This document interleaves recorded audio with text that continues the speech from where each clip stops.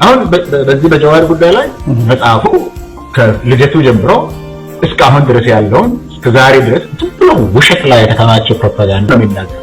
ነገር ግን ማንም የፖለቲካ እንቅስቃሴ ውስጥ የራስህን ወገን ከፍ ለማድረግ የማታደርገው ነገር የለም።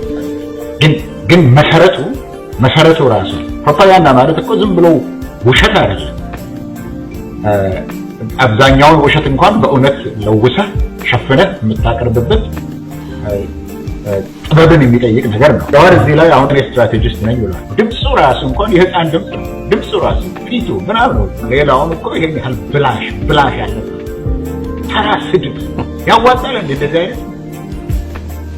በዛ አይነት መሄድ ይቻላል ወይ? የሚያዋጣ መንገድ ነው በዚህ አይነት? ዝም ብሎ ስለተዋሸ ዝም ብሎ ስለተነፋ ጥሩባ ስለተነፋ እንዲህ አይነት መክሰር የለም። ሌላ ምንም የሚያሳየው ነገር የለም።